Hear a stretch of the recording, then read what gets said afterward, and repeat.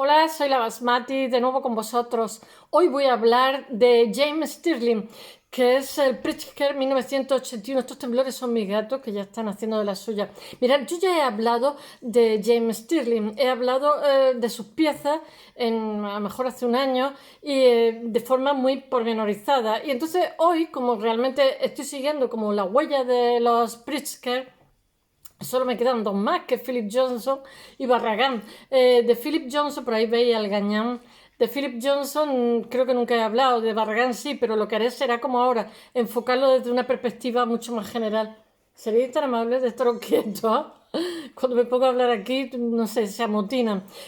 Bueno, es deciros, por nombrarlo solamente por encima, que James Stirling, esos son mis gatos que no tienen un mes, que ahora quieren comer. He intentado los de comer, no han querido. Y ahora que me pongo a grabar, ellos también se amotinan. Bueno, bueno, he de deciros que Stirling, antes de que se hablara de posmodernidad, él ya hacía cosas de ese estilo. Él tiene una evolución, es malentendido en su época, es de los grandes, es de los grandísimos, una figura gigante y además el tiempo todavía lo ha agigantado más. No sé por qué el gran público no lo conoce tanto como a Le Corbusier o a Gropio, no sé qué, pero los que saben solamente un poquito de arquitectura como yo, sí que sé que es de los grandes, pero muy grandes. Bueno, en él yo leo de constructivismo, leo brutalismo, pasa por diferentes etapas. Entonces, le obsesiona muchísimo el que los proyectos que él hace tengan un carácter humano, o sea, porque dice que son los individuos los que han de vivir ahí, y entonces eso de que la función hace la forma, etcétera, etcétera, esa funcionalidad del estilo internacional, de la modernidad que hereda, pues él es, no sé si es de 1923 o una cosa así, él se pone a trabajar como después de la Segunda Guerra Mundial, entonces como que parece que no hay otra posibilidad y entonces eso lo estresa e intenta como abrir camino. Él va a tener diferentes socios y al final y también una evolución muy interesante, sobre todo en los años 60, que son años de muchísima expansión, pero antes incluso de los años 60 va a hacer cosas también interesantes, pero a partir de los 70 ya hay un cambio de dirección y a él le llaman postmoderno, pero él dice que de ninguna manera es postmoderno, que por favor, que es que hasta le ofende que lo digan, porque él echa mano de determinados guiños históricos, pero no tanto por digamos, hacer un pastiche de formas como se hace la posmodernidad, como por apelar a una arquitectura que no sea tan fría, que sea más cercana y también que tenga un guiño histórico, ¿por qué no? Bueno, voy a ver si se lo cuento, si me dejan mis pequeñillos, se lo cuento. Entre 1959 y 1963 está la Escuela de Ingenieros de la Universidad de Leicester, que es muy interesante. En esta época todavía no se ha oído hablar de posmodernidad y él está haciendo ya cosas muy originales. Yo os digo que no se merece la etiqueta de posmoderno para nada, pero no sé, hay muchísima tendencia, como en arte, estoy viendo en la arquitectura, a poner etiquetas de forma generosa y grande. Entre 77 y 84 solamente os voy a hablar no os voy a hablar de proyectos, voy a nombrar estos proyectos que en su día los pormenoricé, que los tengo en el blog y que me gustaron. Que está entre el 77 y el 84 está la Start Galerie de Stuttgart. Es muy interesante y además se ha visto con el tiempo que las fallas que hay en los proyectos son más de que les recortaron presupuesto y cosas así. Este es espectacular, ¿eh? Espectacular. Me lo conozco, aunque no haya estado ahí, de toda la fotografía y toda la... Me parece súper original lo que hizo porque, bueno, está también el Centro de Ciencias de Berlín, mi gato.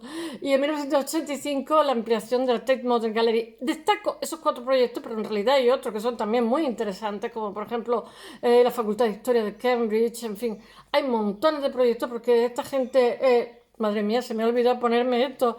Esta gente esta gente interesante no hace proyectos malos ni proyectos feos, nos pueden gustar más o nos pueden gustar menos, pero son todos proyectos interesantes. Bueno, vamos a lo que íbamos. Yo estoy siguiendo la huella de los Pritzker, ya os digo que solamente me quedan dos más, que son Philip Johnson y Barragan, y voy a centrarme en lo que es el carácter general de un arquitecto. No voy a meterme en una perspectiva en lo particular, sino en lo general. Ya sabéis que uno es el método deductivo y otro el inductivo. Uno se parte de lo particular a lo general, el deductivo, y el inductivo de lo general a lo particular. Bueno, pues hoy vamos a lo general.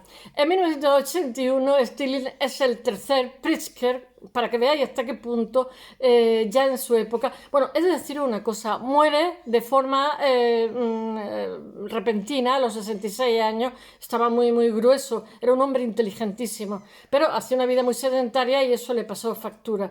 Yo lo puedo entender porque estos arquitectos, estos buenos arquitectos viven por y para su trabajo y no cuidan comida, etcétera, etcétera. Hay que ver las cosas, que los comentarios al margen. Bueno, es el tercer arquitecto con un Pritzker y bueno, él anticipa el cambio de paradigma de lo que va a ser el siglo XXI, de la arquitectura del siglo XXI.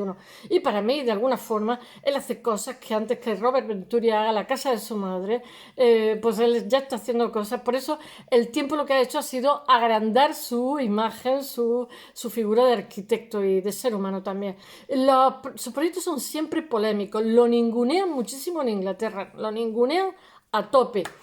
Os he dicho que tiene también guiños con el brutalismo. Hay una época que trabaja hormigón vista y lo hace en combinación con el ladrillo vista. También, por favor. Él dice que muchas veces está leyendo una frase suya que dice que se levanta por la mañana y dice: no sé cómo puedo ser arquitecto inglés y ser moderno. Tiene una ironía muy corrosiva, como tienen también los ingleses, que me hace mucha gracia. Él es polémico porque se enfrenta a la modernidad anquilosada. O sea, vamos a ver, ahora lo explicaré, ¿no? Ellos recogen una herencia de una vía que han creado Miguel van der Rohe, Gropius, yo qué sé, no sé, todo lo grande, el Cuervo, Le Corbusier, todo lo grande, ¿no? De alguna forma están como condenados a esa vía, sí o sí, quieran o no quieran, ¿no? Entonces, en los años 60, digamos, hay como una explosión, porque estas personas ya se han puesto a trabajar después de y están reivindicando otras vías porque también el contexto ha cambiado y la sensibilidad también es distinta. Por lo tanto, es legítimo que puedan aspirar a otro y sobre todo porque de alguna forma, como he contado en otras ocasiones, entre el 65 y el 85 aproximadamente, hay un crack, aunque los 60 son muy expansivos, una época de vacas gordas y una época de búsqueda, de reflexión y todo eso.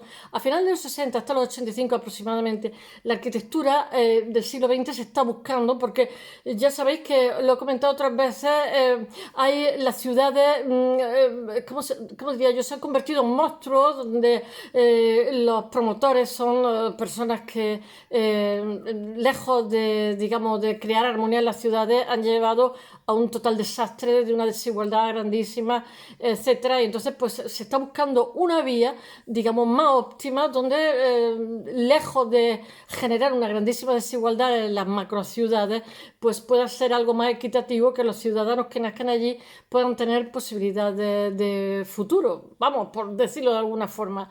Y bueno, él desarrolla unas teorías junto a Kevin Lynch y Charles Moore en la época que es profesor de Yale. Él es tan diferente. Él, antes de recibir el Pritzker, ha recibido el premio imperial, el Riva, no sé si el Aga, no sé, recibe un montón de premios de los grandes.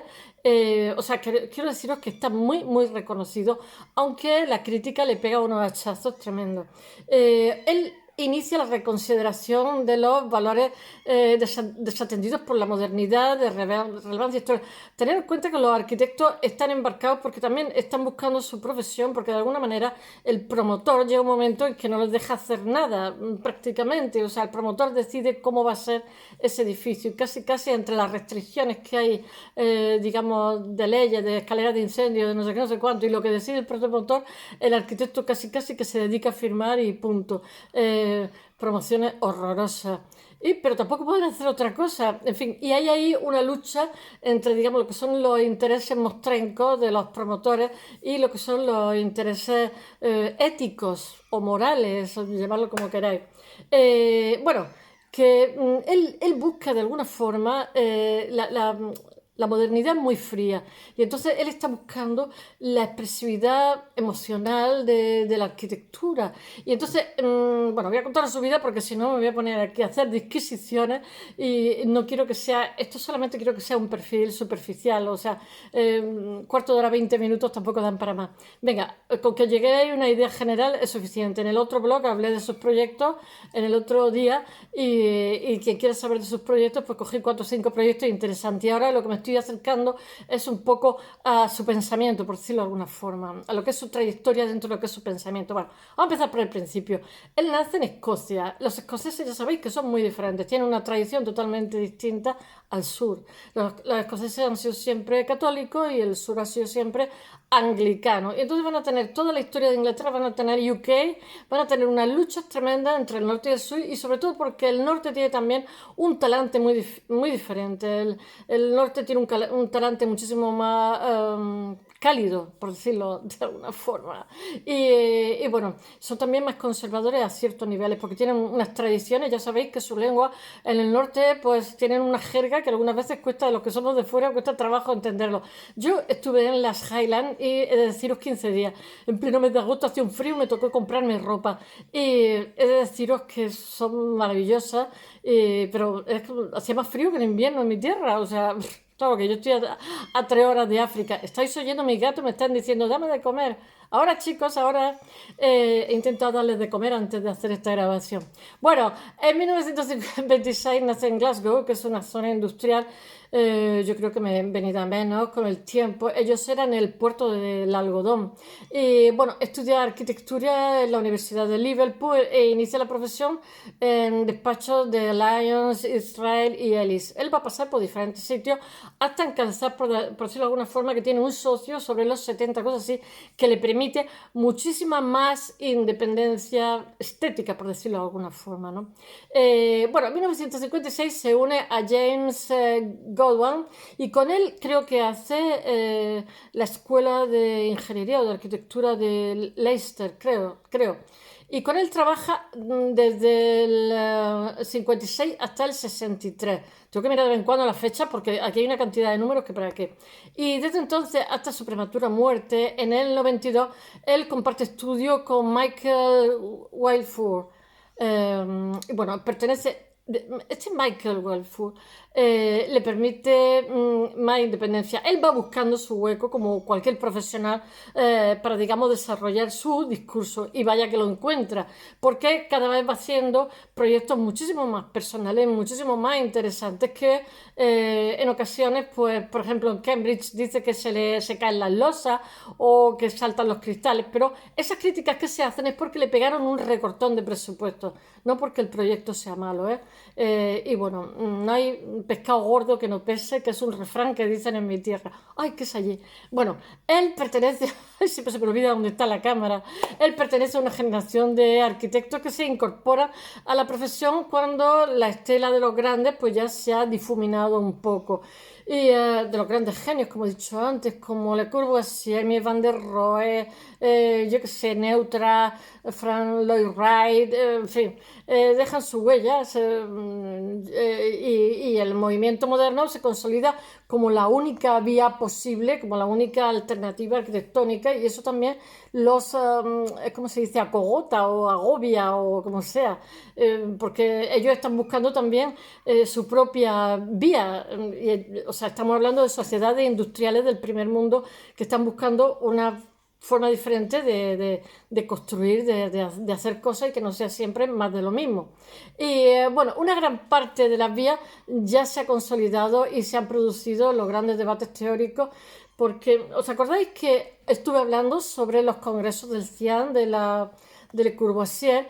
Y bueno, están los debates teóricos sobre el diseño. Y bueno, la primera mitad del siglo XX supone la incorporación de las nuevas tecnologías. Ya sabéis que la techné, que significa arte en griego, la idea de la modernidad es que iba a redimir el esfuerzo físico, la tecnología iba a redimir, el progreso iba a redimir el esfuerzo físico de los trabajadores que iban a rodearse de diseños, que después eso va a pasar también, y iban a tener la posibilidad de tener, ¿cómo se dice?, una vida digna junto a su familia, de dedicarle horas al ocio, a su familia, porque no iban a tener que, digamos, arrastrar grandes pesos y tal por las máquinas que se habían desarrollado y el progreso que iba a la carrera. Entonces, la arquitectura tenía que estar, como diría yo, en consonancia con la creación de panales, etcétera, etcétera, en la transformación de la vida cotidiana de los trabajadores. Y bueno, esta arquitectura se rodea de pequeños electrodomésticos, de objetos de diseño doméstico.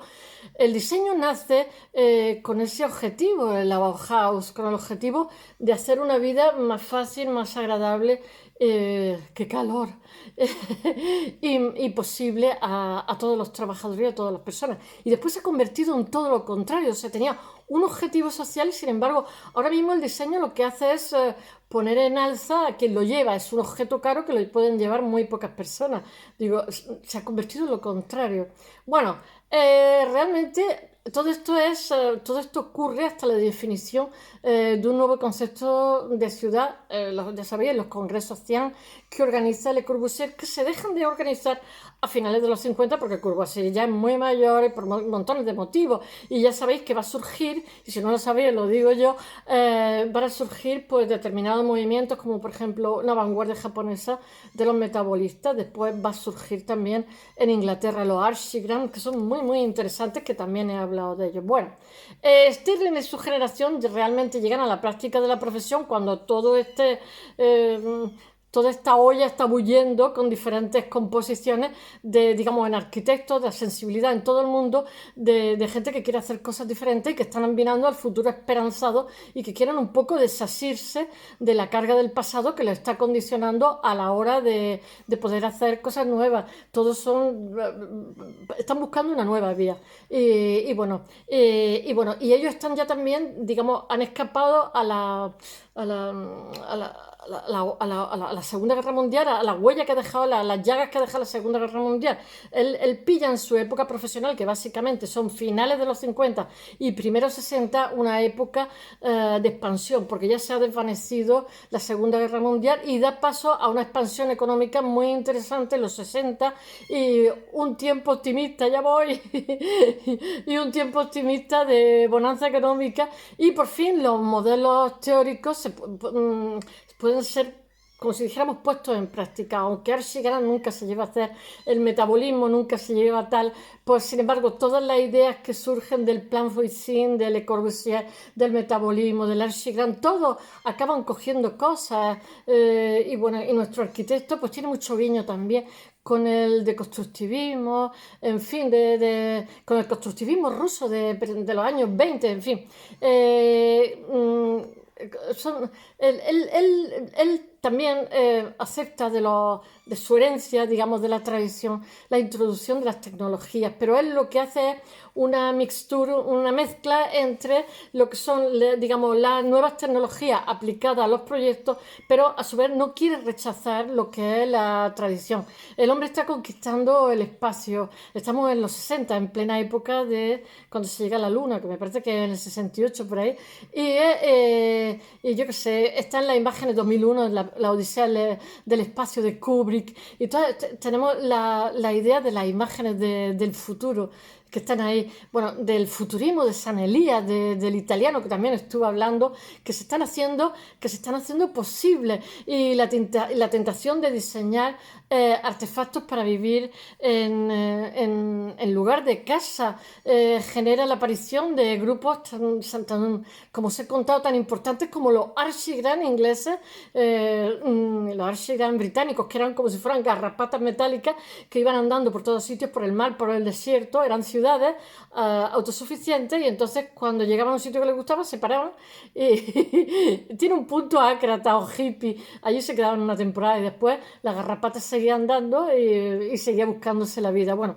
Stirling vive todo ese magma cultural realmente, y aunque lo que pasa es que él tiene una condición de escocés, que son muy tradicionales los escoceses, y entonces, pero él no puede evitar que está muy apegado a lo que son las tradiciones de su tierra, de la vieja artesanía, y le lleva a intentar hacer una especie de síntesis que es mal entendida porque se lee como posmodernidad, y él, sin embargo, lo que quiere buscar es un vínculo en los proyectos que sean muy humanos, muy cercanos, que no sean cosas frías, muy geniales, pero que distan mucho de lo que es lo que van a ser los ocupantes allí o la gente que van a utilizar ese proyecto, etcétera. Bueno,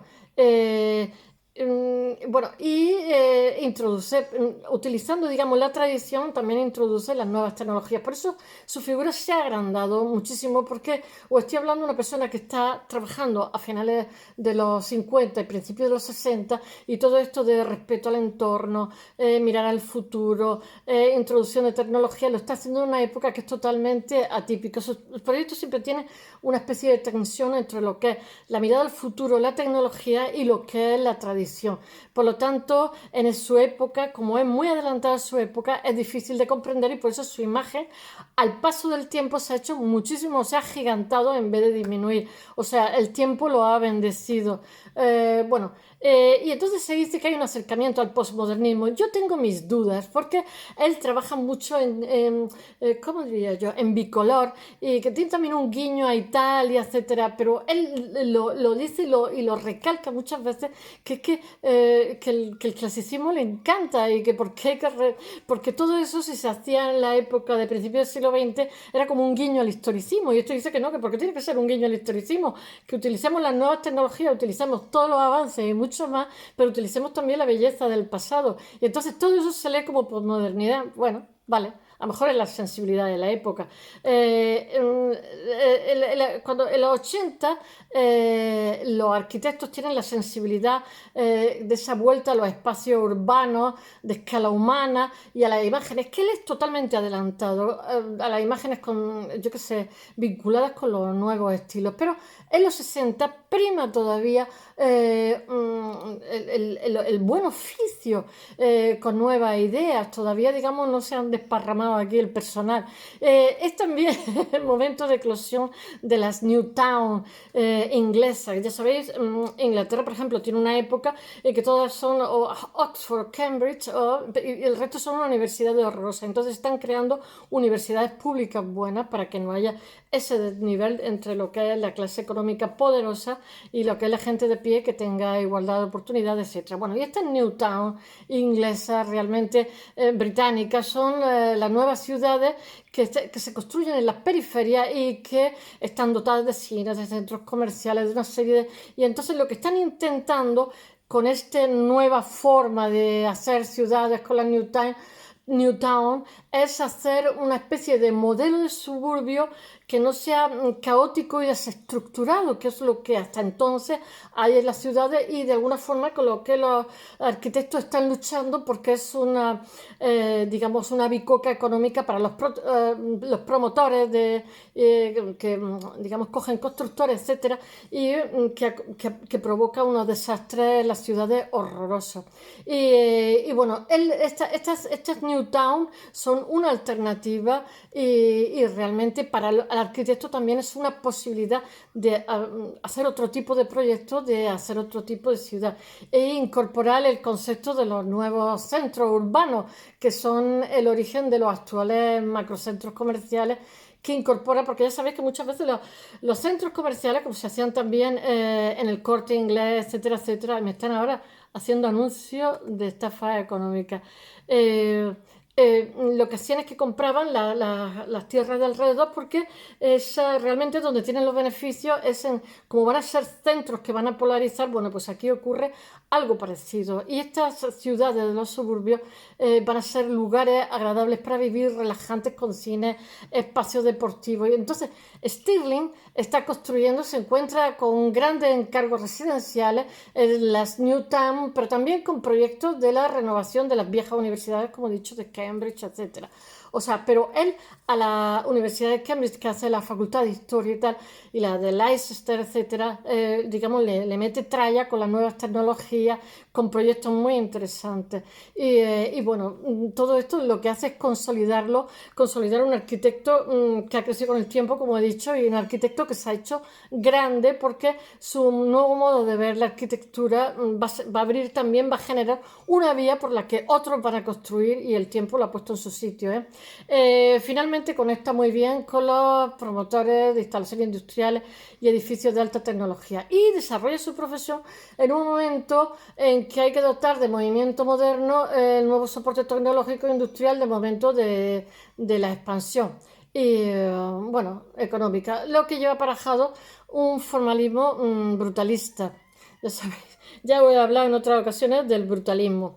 Pero en la última década realmente, que es cuando le ponen la etiqueta de qué calor hace de postmoderno. Realmente él tiene un discurso más personal y no se corta ni tres y los proyectos que hace son maravillosos. De alguna forma recula con lo que ha sido el inicio de su carrera y ensaya un camino de síntesis entre la tecnología y una arquitectura más humana, formalmente más clásica. Espero que os haya gustado. Mañana volvemos con un artista. Hasta mañana.